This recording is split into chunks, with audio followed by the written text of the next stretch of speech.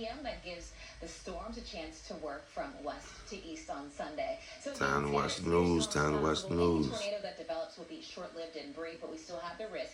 And remember, damaging winds can Good morning. Good morning. Happy Friday, everybody. Happy Friday. Play those. Here's a system out to the west right now. It's going to cross the country, bringing those big severe weather impacts along with it. Sunday, 9 o'clock. Got to watch the news. Got to watch the news. Closer to 10 o'clock, it starts moving into our western counties and Alamance, Chatham, Moore counties. It continues east into the Triangle, 11 o'clock noon on Sunday, and then that eastward progression into the afternoon. So by 3 o'clock or so, the line should be west of Raleigh, and we're looking at the severe weather threat to have come to an end. Up and down I-95, we'll still have concerns for you, and then by 7 o'clock, the severe wet threat pretty much over, but some lingering showers possible into Sunday evening. We're tracking some clouds right now, a little fog developing early this morning. There's a view over downtown, fog-free there, 48 degrees. Cooler than yesterday at this time. Temperatures 40s to around 50 degrees. There's the fog. Lewisburg down to 3 miles, along with Oxford, Rocky Mount, Wilson 5, along with Roanoke Rapids, and extending into South Hill. Light wind from the north because we had a front creep through last night. It's now pushing south of the region. So a little cooler today. High temperatures will climb into the upper 60s and close to 70 degrees. Turning windy tomorrow. More on those changes when I come back. Right now, weather and traffic together. Anna, good morning.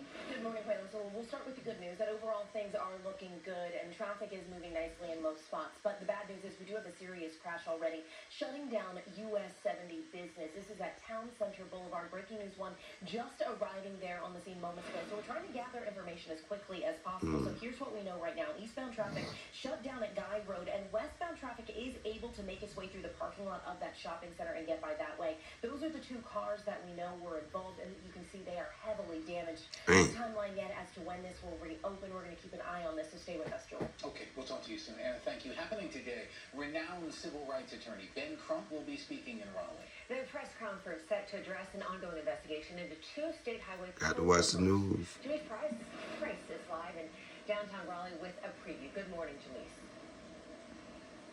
Good morning, Diane. This case involves a deadly crash where a man was killed here in Raleigh, and now that family of the man is looking for answers. 31-year-old Tyrone Mason was killed in a suspicious single-car crash on Capitol Boulevard. The Wake County DA was tipped off as the first officer on the scene, Trooper Garrett Marcario, may have misled Raleigh police officers who arrived at the scene later as to what he was doing. Trooper Marcario and his supervisor, Sergeant Matthew Morrison, are now both on administrative leave. The case has prompted the State Bureau of Investigation to step in and investigate. As a result, nearly 200 cases involving those officers have been dropped. Now, this morning, we are expecting to hear more from the family, also those attorneys, the prominent attorney, Ben Crump, as well at a press conference that starts at 10 o'clock.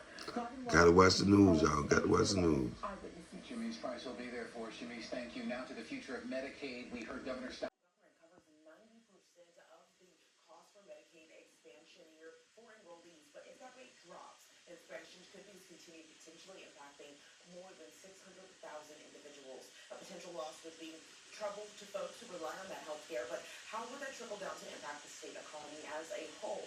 Well, I sit down with an economist at NC State. She tells me if funding is put back on the state, legislation might restrict eligibility, particularly for low-income adults, dependents covered by Affordable Care Act expansions, or people